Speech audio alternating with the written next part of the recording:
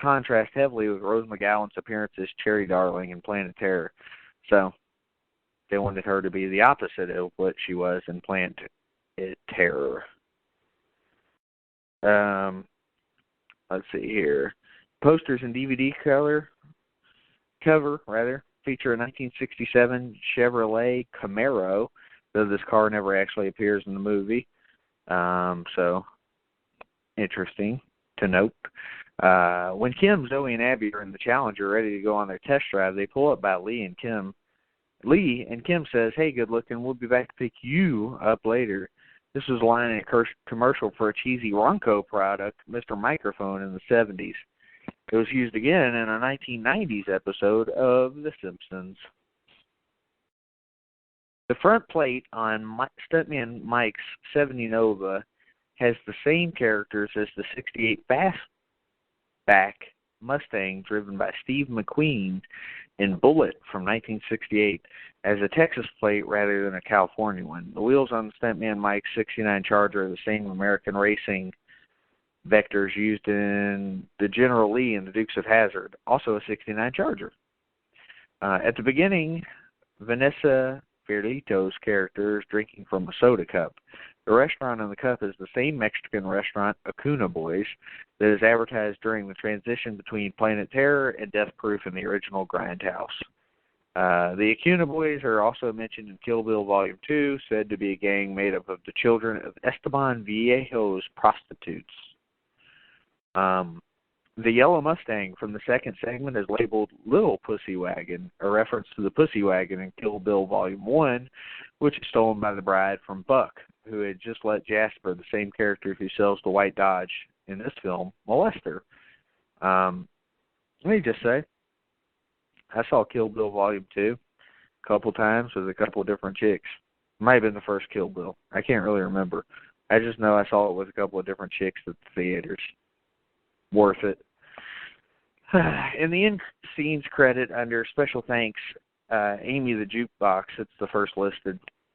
The first Quentin Tarantino directed film not to be produced by Lawrence Bender. There was originally to be a scene near the beginning where Jungle Julia and her friends hang out in her apartment. In the deleted scene, Jungle Julia dances on her coffee table while holding the jacket for the Cars album Candy-O. The drive-in theater advertisement sign that Stuntman Mike crashes into during the final car chase scene lists the Australian horror classic Wolf Creek, one of Tarantino's favorite horror films. In fact, when production of Death Proof was in its early stages, Tarantino briefly considered the main actor of Wolf Creek, John Jarrett, to star as Stuntman Mike.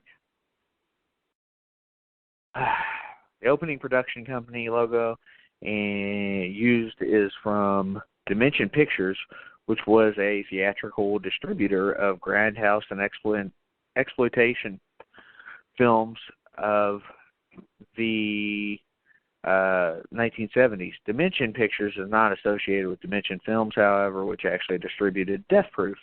In one of the film's main posters, the car is depicted without its rubber duck hood ornament. I wonder where the fuck that idea came from. I'm sure we won't find out. You get the Wilhelm scream. It's the one where you hear, ah!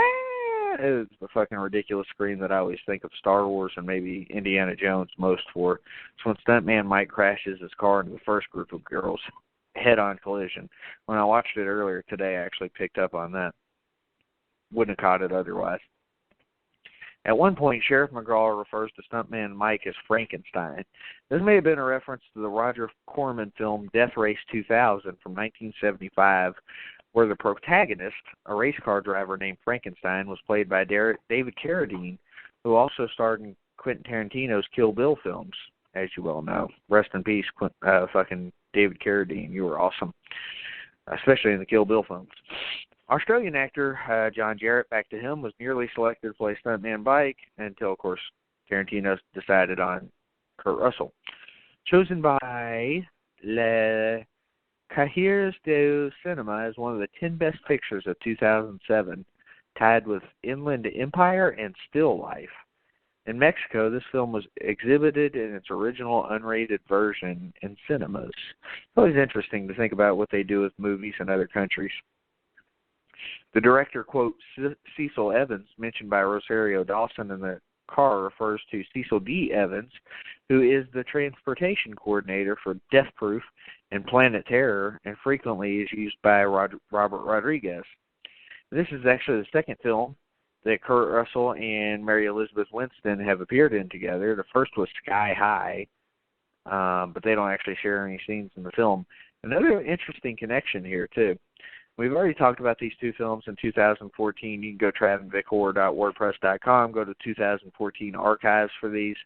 The Thing from 1982 was what Kurt Russell starred in, and Elizabeth Winstead, Mary Elizabeth Winstead, rather, starred in the prequel, The Thing, from 2011. So there's a little connection there. Stuntman Mike's second vehicle is a 1969 Dodge Charger, the same model car and Bullet, which has one of the most iconic car chases in history, chasing down a Mustang in both movies. The Mustang in Death Proof is the 1973 Mustang, which is the same model as the original Gone in 60 Seconds, which, by the way, without this movie, I wouldn't have known there was an original. It's an iconic car chase movie, and, of course, the Challenger is like the one from Vanishing Point. The license plate on Stuntman Mike's 69 Dodge Charger is the same as the 69 Dodge Charger in Dirty Mary.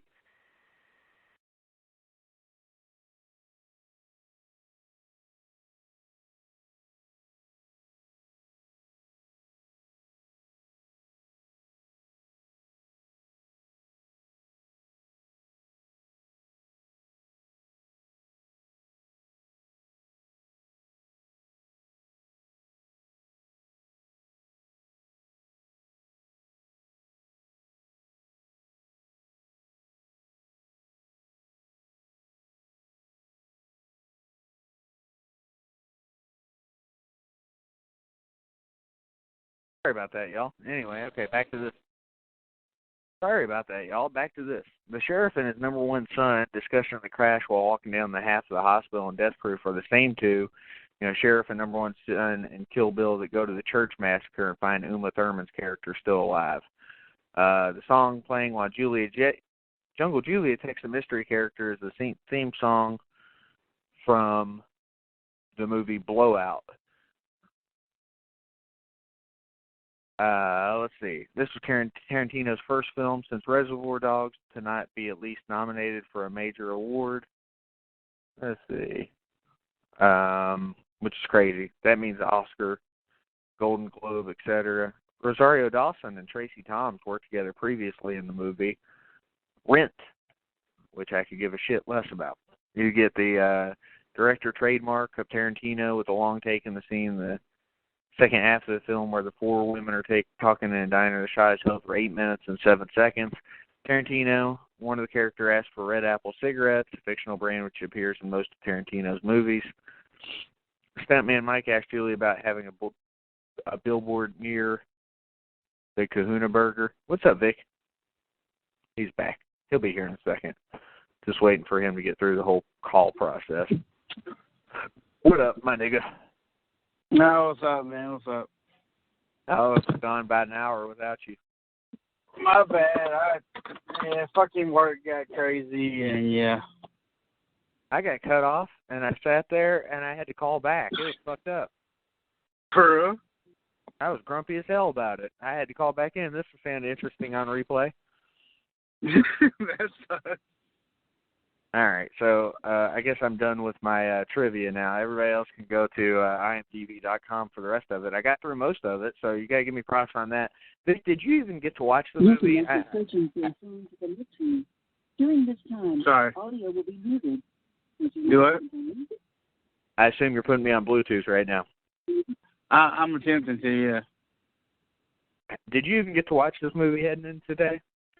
Fuck no. Fuck no. I didn't think so. Well, Vic, I'll let you give your short thoughts on it because I got some other things to talk about here in a minute. I've been waiting for you to get on for that. All right, well, since I've only seen this movie like once or twice, and it's been a good little while. I don't have much to really say about it. I love it. The cast, I think, is probably one of the best casts they could have ever put together for this movie. It's simply the cast is simply awesome. But overall, I really enjoy it. I'd probably give it a 3.5 out of 4. You know, Tarantino calls this his worst movie. Well, I mean, he's done some damn good movies, so. Yes, I agree with that. However, as I said earlier, Jackie Brown's his worst movie. My opinion. I could probably agree with that. Yeah. Like, I've never had any desire to rewatch that movie. One of these days I will, but I never thought it was that great. So that's just me. And I'll go back to it one of these days. Check this out, though. All I saw was negative reviews on IMDb, but you know what it gets? What? 7.1. Nice. That's a high motherfucker for what's his worst movie ever. Okay. Yeah. So 7.1 on IMDb, Death Proof, 2007. Vic, it came out 10 years and a week ago.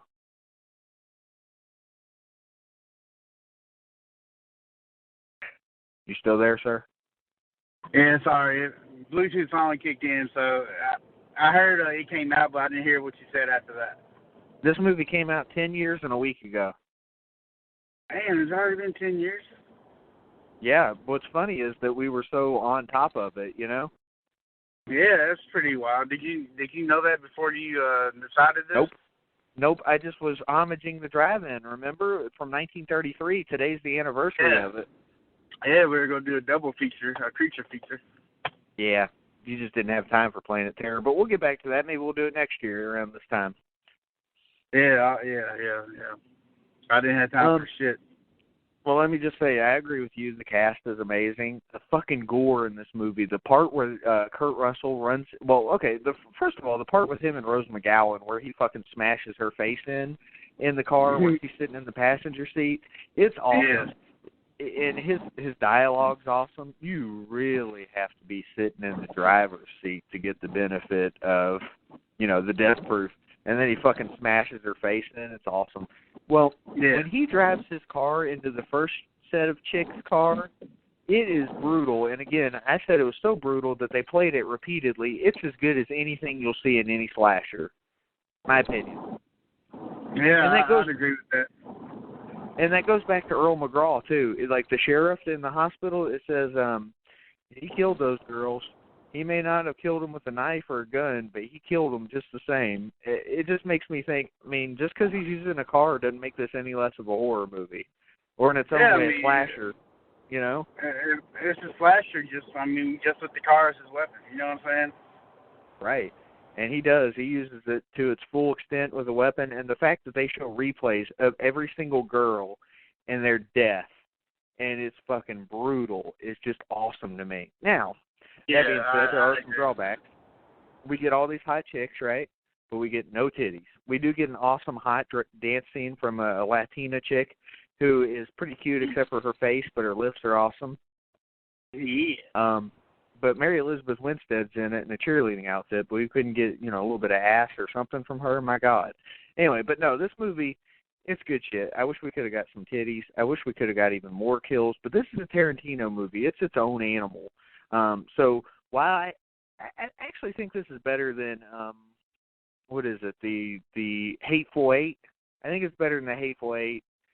It's right up there with Django Unchained. It's not as good as Kill Bill. It's not as good as Pulp Fiction. It's not as good as Inglourious Basterds. Well, it's right there with it. It's pretty fucking good. I'm just saying. So I give it a 3.5 also, Vic. It's not perfect, but it's fucking great, though. So I don't know how anybody can criticize this movie. I don't get where people are coming from it. Yeah. Like they're saying it's a disgrace to Grindhouse movies. How do you figure? It's exactly what a Grindhouse movie is. Yeah, I don't know how anybody can talk about it, because no matter what you want to say about it, it's fun. It's a fun movie. Yep, I agree. I got retarded dogs all around, Vic. Is that what I hear? Somebody growling or something? Yeah, Fudge and Sienna are laying next to each other and face fighting. I don't know how to. They don't bite each other, but they just attack each other with their teeth. Yeah. And they're fighting about it. Rooster's confused by it, and Zero's coming over to break it up. Damn, that dog's still there? Yeah, he's going to be here till this weekend with no fence because I don't have a fucking gate. So I guess that'll start with grinding our gears, buddy. What's grinding your gears?